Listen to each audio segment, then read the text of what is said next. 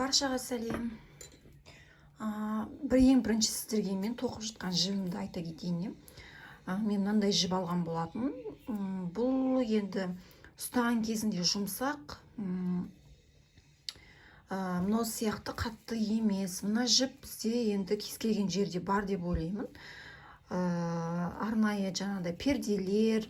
Мен бұл нәрсені алдым. Перделердің жаңағы шашақтарын, сосын пердеге іліп қоятын, өзін ұстап тұратын жаңағы декоративный заттар болады ғой, өзінің пердені сондай сол жерлерден алған болатын мына жіпті. Ал мына жіпті мен бұны Трендиолдан Түркияға заказ беріп, Түркияның өзінен прям сол жақтан алдырған болатын. Мен бұл жіп киген кезінде бір қуантқаны, жұмсақ болып келді. Мынадан әлдеқайда, мынау қаттылау, мынау жұмсақ екен. Сол жағына кішкене қуанған болатынмын. Енді не дегенмен аяғымызға біздің кішкене жұмсақ болмаса, тағы да қажап, сол жағы қиындау болады дегендей. Енді табанға келетін болсақ, қазір бізде базарларда жаңағындай жіп сататын жерлерде осындай табандар сатып жатыр. Бұл табанға кез келген макаси, тапочки, кроссовки, кеды тоқуға болады. Және де бұл табан арнайы көшеге киіп шығуға арналған табан. Және де мен бұның ішіне мынандай нені салатын боламын. Осындай. Біз бұған бұл табанмен біз балетке тоқып жүрген боламыз. Осындай табан салатын боламын. Негізі бұның өзінің арнайы мынандай тесік емес, арнайы табандарда бар. Сонымен тоқып, соны салсаңыздар да болады. Мынандай табан егер таппасаңыздар, жоқ болса егерде. Ал егерде бұндай табан, егерде осындай тесігі керек табанмен тоқым керек десеңіздер, онда өздеріңіздің еріктеріңіз. Және де бір айтатын нәрсем, бұл табанның ыңғайлысы сіздер, мен жаңа мысалы, мына жерде қазір мына жерде мен тесіп бастадым. Прям табанның өзінен тесіп бастадым. Не үшін десеңіздер, мен кішкене мықты болсыншы, жаңағы көпке дейін шыдасын, сол жағын тексеру үшін мен мына жерден алып тоқыдым. То есть мен осы жерлерінен алып тесіп шығып, осының өзінен алып, мен авязка тоқып, ары қарай тапочки тоқитын боламын. Ал енді бұл тағы да бір варианты бар. Мынадай дайын тесігі, дайын табан бар ғой, соған біз авязкасын тоқып, солай тапочки тоқуға, макаси, кроссовки тоқуға болады. Енді бұған біз тоқығаннан кейін астын жақсылап тұрып, клейлеп, мықты етіп, клейді жақсы құюымыз қажет болады. Енді ол клей жайында алдағы уақытта тағы да сабақ түсіремін, сол кезде көрсетіп жатамын. Ал қазірге мен тек осы ненің өзін тесіп, сол арқылы тексеріп көргім келіп тұр. Енді тесуге келген кезінде, мына жерде бізде әрбір жіптердің ара қашықтығынан, ортасынан алып тесіп келемін. Мысалы, қазір мына жерде мен примерно екі жіптің ортасынан алып тестім. Енді келесін примерно мына жерден алып тесемін. Өте қатты арасы жақын болудың қажеті жоқ. Осылай әр екі жіптің ортасынан осылай кестім. Және де мен бұл табанды 1600 теңгеге алдым. Трендиол сайт бар ғой, сода бар екен. Ал енді тесеміз. Тескен кезінде, міне мен бағана көрсеткендей, кейбір жерінде ортасынан, кейбір жерінде жіптің бас жағынан тесіледі. Бізіміз осындай өткір біз болады. Тескен кезде ыңғайлы, қиналмайтындай. Міне осылай тесемін да, сосын осылай кішкене айналдырып, тесігін үлкендеу етіп, кеңейтіп жіберем. Себебі кейін біз крючокты тығамыз ғой, сол кезінде крючогымыз жеңіл кіру үшін, және де жіпті алып шыққан кезінде жеңіл болу үшін кішкене осындай әдіспен жұлқып жіберіп кішкене үлкейтеміз. Бізіміз өте қатты өткір, қолымызды байқамасақ. Міне осылай. Осылай әрбір жерін примерно 10 сантиметр деп өлшеп алып, каждый 10 сантиметр сайын осылай тесіп шығамыз.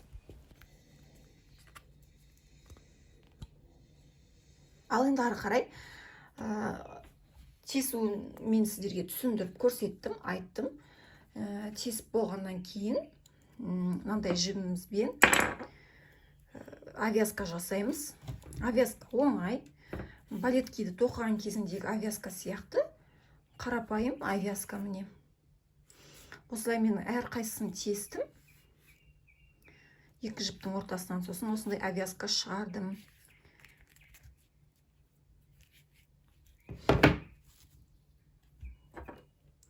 Енді авязка. Менде және де крючоктың номері 3. Енді ары қарай тоқып бастауға болады авязканы. Мен мына жерлерде қазір алдын ала тесіп қойдым сіздерге көрсету үшін. Осы тесіп қойған жерімізді кіріп алып тоқи береміз, сол жерге жіпті кіргізіп. Және де мен тескен кезінде осындай бізбен тестім. Бас жағы үшкір. Бұны мен аяқ киім тігетін, етік тігетін етікші кісілер қолданады көбіне. Бас жағы үшкір. Және тескенге, табанды тескенге ыңғайлы.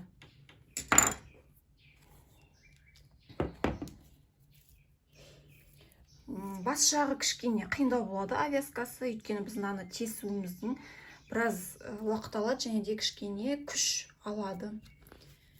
Ерінбей осылай тесіп тоқимын десеңіздер болады.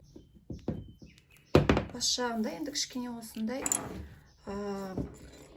не қиындау болады, жіпті ілуіміз. Және де мен крючогымды кішкене қисайтып алғаннан кейін ыңғайсыз болып тұрған сияқты. Қазір мен мына жіпті осылай аламын да.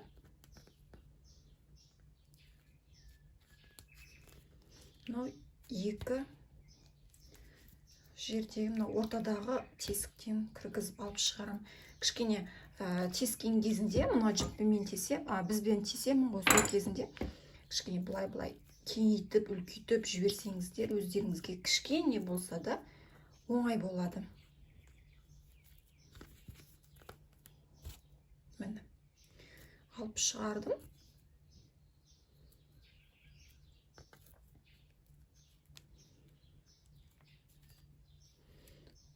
Және де тағы да бір айтатын нәрсе, біз жібімізді алып келіп осылай ғана тоқимыз. Сосын мына жібімізді сәл ұзындау тартып, мынаның қатарын алып келеміз, примерно осындай етіп. Сосын барып осылай ілеміз. Неге біз ұзын еттік себебі қысқа болса мына жаққа түсіп қалады. Сосын мынау біздің қайрылған мынандай жерлеріміз, мынау тұрған косичкаларымыз мынандай үстінде емес, тура мынандай жерінен түсіп қалады да, сосын бізге әдемі болмай қалады.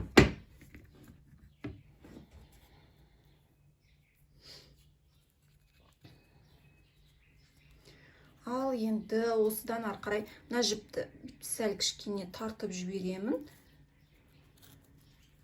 Ең бас жағы болғандықтан. Осымен енді ары қарай әр бір тесікті алып, кіргізіп алып тоқып отырамыз. Кішкене осылай күшті алады. Мына жібімізді астына жібереміз тоқымамыздың.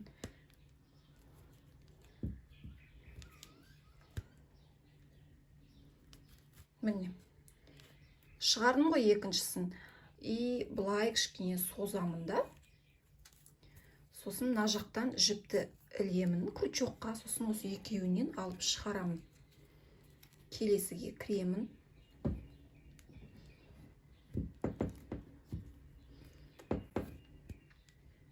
Тағы да. Мінекей. Осылай іліп алдым. Сосын сәл кішкене тартамын. Ұзын етіп қоямын, кішкене сәл. Сосын барып тоқимын.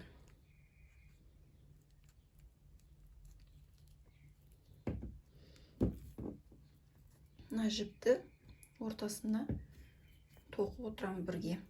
Арасына салып, арасына бірге алып отырамын.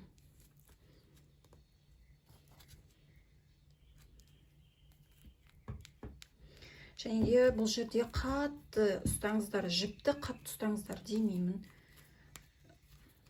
Но бірақ қатты, тым қатты да бос болмасын. Орташа етіп ұстасаңыздар ыңғайлы болады.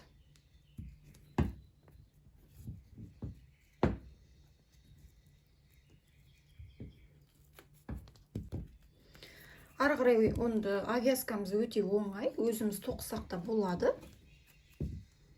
Міне, ұзындау етіп алдым. Сосын барып осылай тоқып жібердім. Міне қараңыздар, сонда бізде уже жоғарғы жағына шығып тұр мынау косичкамыз. Ал егер біз ілген жерде мына жібімізді қысқа етсек, біздің мына косичкамыз, көрініп тұрған косичкамыз, мына жерге орта жолдан түсіп қалады, одан кейін тапочкамыз жалпиып жаман болып көрініп қалады. Сол үшін жоғарғы жағына дейін алып шығамыз. Енді ары қарай өзіміз тоқимыз, айналдырып авязканы. Және де сіздерге бір айтатын тағы да, егер де сіздерде мынандай жіп болмаған жағдайда, мынау авязкасын капрон жіппен өткізсеңіздер, авязкасын капрон жіппен тіксеңіздер болады. Одан кейін бетін, үстіңгі жағын, мынандай жерін тоқимыз ғой. Осыны енді бірден мынандай менікі сияқты жіп табыла қоймайды ғой бәрінде. Сондықтан қазір бізде шнур жіптер шығып жатыр ғой. Сондай жіптермен тоқысаңыздар болады. Ондай жіптің де түрін сіздерге көрсетіп өтемін. Түрі қандай болатынын. Сонымен тоқысаңыздар болады бет жағын, тапочкидің.